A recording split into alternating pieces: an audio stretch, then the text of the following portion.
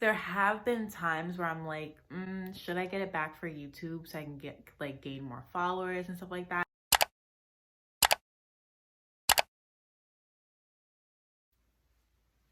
Hi guys, welcome back to my channel. I know, long time no see. I feel like I haven't sat in front of my camera and recorded a video in a long time, but I'm here now. My name is Kiki. I make faith, lifestyle, and beauty related content. If you're new here, hi. If you're not new here, what's up, sis? Today I'm doing a Q&A. You guys asked me really good questions, and I'm gonna try and get through all of them depending on how long it takes me. But I'm gonna be super transparent with you guys and just honest and real with you guys. So stay tuned, keep watching, and yeah. Okay, so someone asked me, how are you coping without social media, and is YouTube the only app you have? And then she was like, or do you also have WhatsApp? I do have a WhatsApp. People who email me, I do say, if you don't want to exchange numbers, or I don't know. Sometimes I message people that email me through WhatsApp, but how I'm coping without social media, I'm just living my life. I get this question a lot, and a lot of people always ask me what do you do without social media? What do you do for fun? And I'm just like, I live my life. I said this literally in my why I deleted social media video, and I don't know, I just get this question a lot. I just live my life. I don't know. I'm busy, I work, I'm in school, I'm taking a summer class. I recently dropped it, so I mean, I have a little bit more free time. So I guess on my free time, I just go out with my mom or with a friend, or just I go shopping. I just do stuff. I haven't had social media in so long where I don't see that as part of my daily activities. I just don't. It doesn't feel weird for me to not have it, if that makes sense. There have been times where I'm like, should I get it back for YouTube so I can get gain more followers and stuff like that? And I'm just like, what am I thinking? I'm never getting back social media ever again. So, but I'm coping pretty good without it. I really just, again, like I said in my why I deleted social media video, I'm just growing in my relationship with God, and not having social media just took away a huge distraction for me, because that was an app. Snapchat, Instagram, Twitter, those were the apps that were ruling my life. I was on them for hours and hours a day, and just consuming all the garbage that they have to offer on those apps. So now that I don't have it, it is helping with my relationship with God. So I'm just coping pretty good without it. I don't know what to tell you guys. I haven't had it in literally, I think it's been almost 10 months now. So it's like, this is normal life for me. I did have TikTok for a little bit, and if anyone is trying to grow in their relationship with God, I advise you to delete TikTok. It's also super distracting. In my opinion, it's just like Instagram, where you just get stuck in that scrolling phase where you're just scrolling, looking at the next video. It's super addicting and it's honestly garbage too. A lot of what they have on there is garbage, but there is Christian TikTok. I know you guys know what I'm talking about. If you like enough Christian TikToks on TikTok, on your feed and on your For You page, it will have different Christian TikToks on there, which I do like, but it is distracting. It is. So I did have that. I have Pinterest. I don't know if that counts as a social media app. I use Pinterest for inspo, so I don't know if that counts. And then I have YouTube, because your girl has a YouTube channel. So someone asked me, do you think you'll ever return to social media? Then she said, I love your content. Thank you, sis. No, I don't think I'm ever gonna return back to social media. I've had someone say to me, oh, you're gonna return back to social media once you're married. No, what would be the point? I literally wasted, that would be such a waste of time to just literally make a whole new account. I deleted, permanently deleted my accounts, to make a whole new account just to show people, hey, I'm married. I'm not doing that. Okay, someone asked me a really good question. What music do I listen to, genre and artist? And I'm about to tell you guys, and I think I'll put up my playlist in the description down below, because I really like my gospel / Christian music playlist. I think it's really good, but I'm about to tell you guys right now which artists I listen to. But genre is mostly Christian and gospel music. And then there are some days, come on, I know I'm not the only one, but there are some days where I just don't feel like listening to gospel or Christian music. Obviously I always want to, but there's just some days where you want to listen to some 90s R&B or something like that, or some Frank Ocean. Frank Ocean is my favorite artist, so I do listen to him from time to time, but like I don't listen to all of his music anymore because obviously it's not all appropriate. So I try to listen to his more like lovey-dovey, non-explicit music.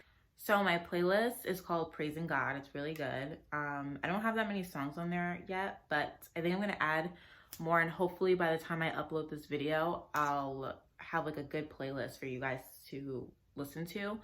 If you have Spotify, I have Spotify, not part of Apple Music gang, sorry. Kanye West's or his past gospel album, I have every single song on there because I think that's really, really good.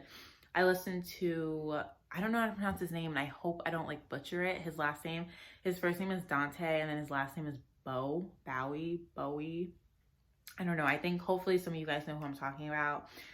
I listened to the Sunday Service Choir. I listened to Hillsong. And then, you know, throwing some gospel in there, I listened to Fred Hammond. I hope I don't pronounce her name wrong. Tamala Mann. I said that really weird, but that's her name. I listened to Montel Fish. Oh my gosh, I love his music. It's not really gospel, it's more Christian R&B, like alternative Christian music. It's such a vibe, but it's like a good Christian godly vibe. Like, who doesn't want that vibe? He has a YouTube channel as well. I don't know, probably half of you, I bet you most of my subscribers are subscribed to him as well, because like I feel like everybody in this generation who are, you know, following God and stuff, they know of him because he makes really, really just good content. And I think he has like this band or something, because I also have him and then Lord's Child. I don't know if he's part of that, but I also listen to them. I have Israel on here, Israel Houghton. I feel like I'm butchering these names, but I listen to him, of course. Maverick City Music, you already know. I love Maverick. I have like almost every song by Maverick City Music on my playlist. Comment down below if you're going to their concert, but let me know because I'm going, and I'm going to the one in Houston. So comment down below if you're gonna go to the concert, and maybe we'll see each other. Maybe, oh my gosh, that would be really, really cool. And I'm gonna be transparent with you guys. I do listen to non-explicit, but like non-Christian / gospel music from time to time, because there's just sometimes where I'm just like in a lovey-dovey mood and I want to hear some Love by Keisha Cole. Like, give me a break. I want to listen to it. Someone asked me another really good question. She said, do you have any advice for Christians in the midst of adversity in school? Be rooted and grounded in the word. Oh my gosh, that's the safest place you will ever be, is in the Bible. Like, that is your shield of protection in any trial or temptation thrown your way. You have to be grounded and rooted. And if you want to hear God's voice clearly, because God, he directs your paths. He gives you guidance. He tells you what not to do, what to stay away from, where to go, etc. Like, the only way you'll be able to hear God's voice is if you're rooted and grounded in the Bible. If you're wondering why why can't I hear God right now? Why can't I hear his directions and stuff like that? It's because you're not in the word, sis.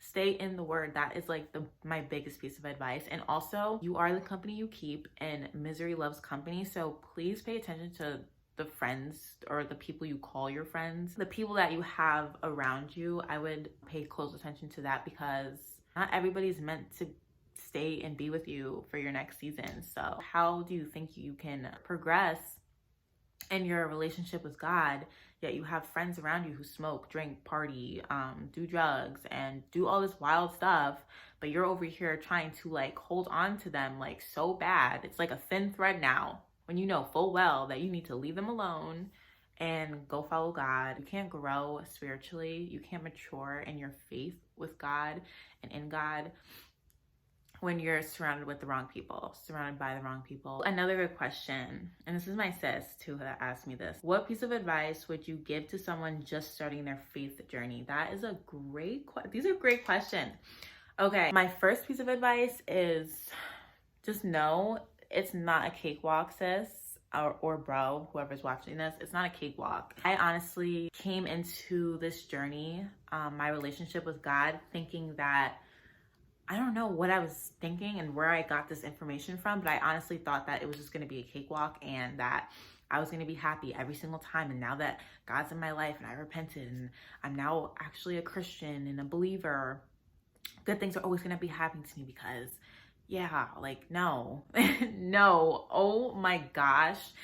When you start your journey with God, my biggest piece of advice, one, know that it's not a cakewalk, and I'm not trying to discourage you from your walk with God. I don't want to do that at all. But what I'm telling you is that when you're progressing in your relationship with God, and I've said this in so many videos, but when you're progressing in your relationship with God, the devil is going to attack you 10 times harder. If you were like, why is the devil attacking me? Like, why am I dealing with all this spiritual warfare? Like, I wasn't dealing with this when I wasn't a Christian.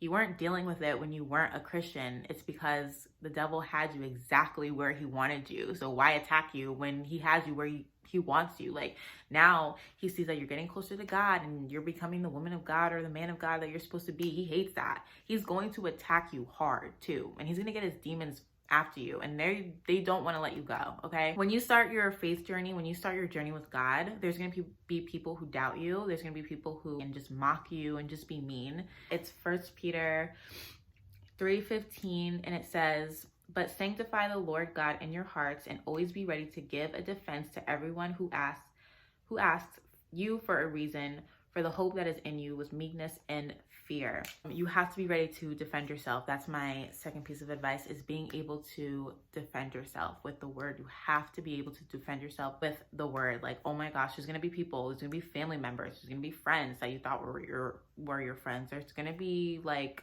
just people around you that's going to just attack you. They don't like seeing that you're changing, moving on from that worldly lifestyle to a godly lifestyle. They're going to attack you. They're going to attack you. Nobody can attack you, sis. You got God. God's not going to let that happen. But you got to be rooted and grounded in the word and be able to defend yourself. That's my biggest piece of advice, because I was not prepared.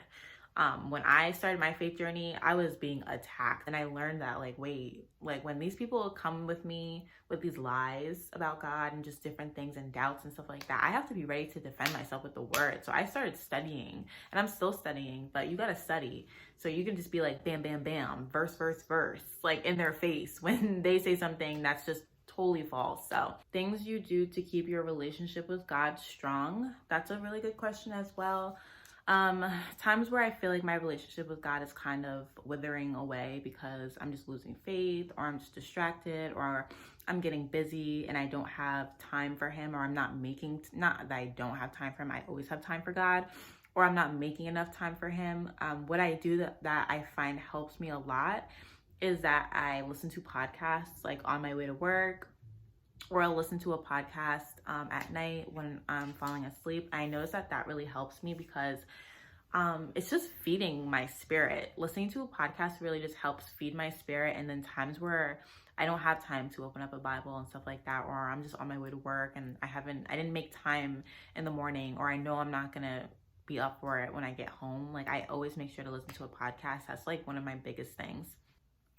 What's one way you've seen God working in your life lately besides YouTube? Recently, what I learned, and this is something that my dad told me, is that God doesn't tempt us with sin. There is a test that you have to go through, like within trials that, are thrown your way, but God never tempts us with sin. You know what I mean? If you are facing sin in your life right now, that's not God saying, like, or God testing you, like, hey, are you gonna fall, like, or not? Like, you know what I mean? Like, he obviously is watching you and, like, doesn't want you to fall, but he never tempts us. And that's one thing that I learned lately. But the different trials that's been, thrown my way recently, I've just been seeing God work in my life through faith and just patience and strength, like being able to get through these trials, really just knowing that God has a better plan for me, and to know that this temporary satisfaction is not worth it.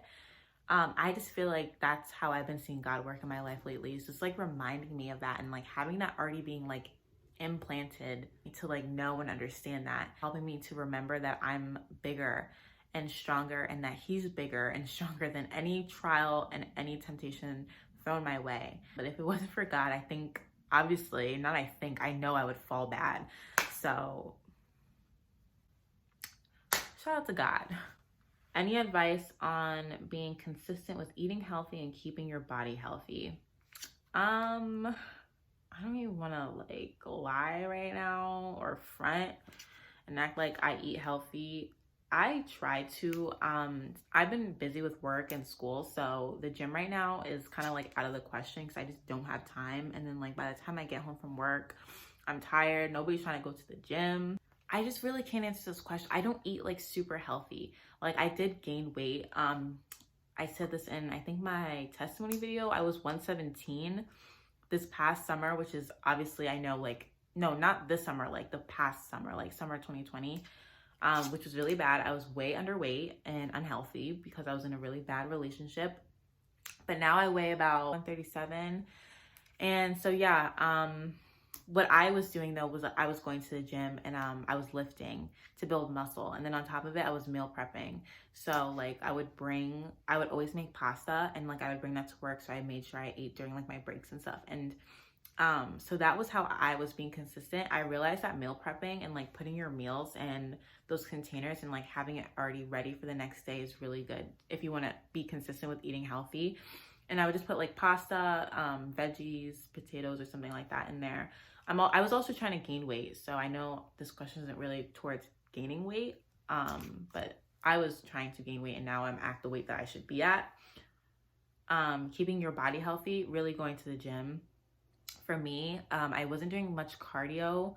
If I was doing cardio, it would be like using the Stairmaster and stuff like that to build my glutes and grow like my hamstring muscles and all that stuff and really just tone my legs. And then I was drinking protein shakes like every single day. Again, like I slowed down on all that stuff just because I've been busy and like not really home. But that was what I was doing to be consistent, was just going to the gym. And I realized that when you have a gym membership somewhere and you're not working out at home, it's just more motivating to like get up and go to the gym and just be more consistent with it. And then meal prepping, that really helps with just being consistent with eating. And yeah, that's really all the advice I can give you because I'm not about to front and act like I do this right now because I really don't. But yeah, and I don't really eat that healthy right now because on my breaks, I'd be going straight to the Shake Shack. But you know, it's fine. I hope you guys enjoyed this video. And thank you guys so much for subscribing to my channel and commenting and liking my videos, like, and emailing me. Honestly, like, it means so much to me. I never in a million years, if you told me this last year that I was going to have over 1,000 subscribers within 3 or 4 months of making my YouTube channel, I would literally laugh in your face and walk away. But you know, God can do the impossible, and I give all props to him because this would not have happened without him, because this channel is for him. So I just want to say thank you guys so much. Like, it means so much that you guys subscribe and watch my videos and stuff like that. So I'm gonna do a giveaway for you guys just to show my appreciation. Yeah, that's really all I have to say. I'm tired. It's 10:22 p.m. I want to take a nap. This is my day off, and I have to edit this. So okay, I hope you guys enjoyed this video. Stay tuned for my next ones, and don't forget to check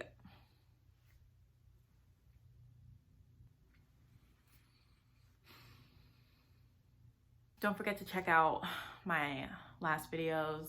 Bye.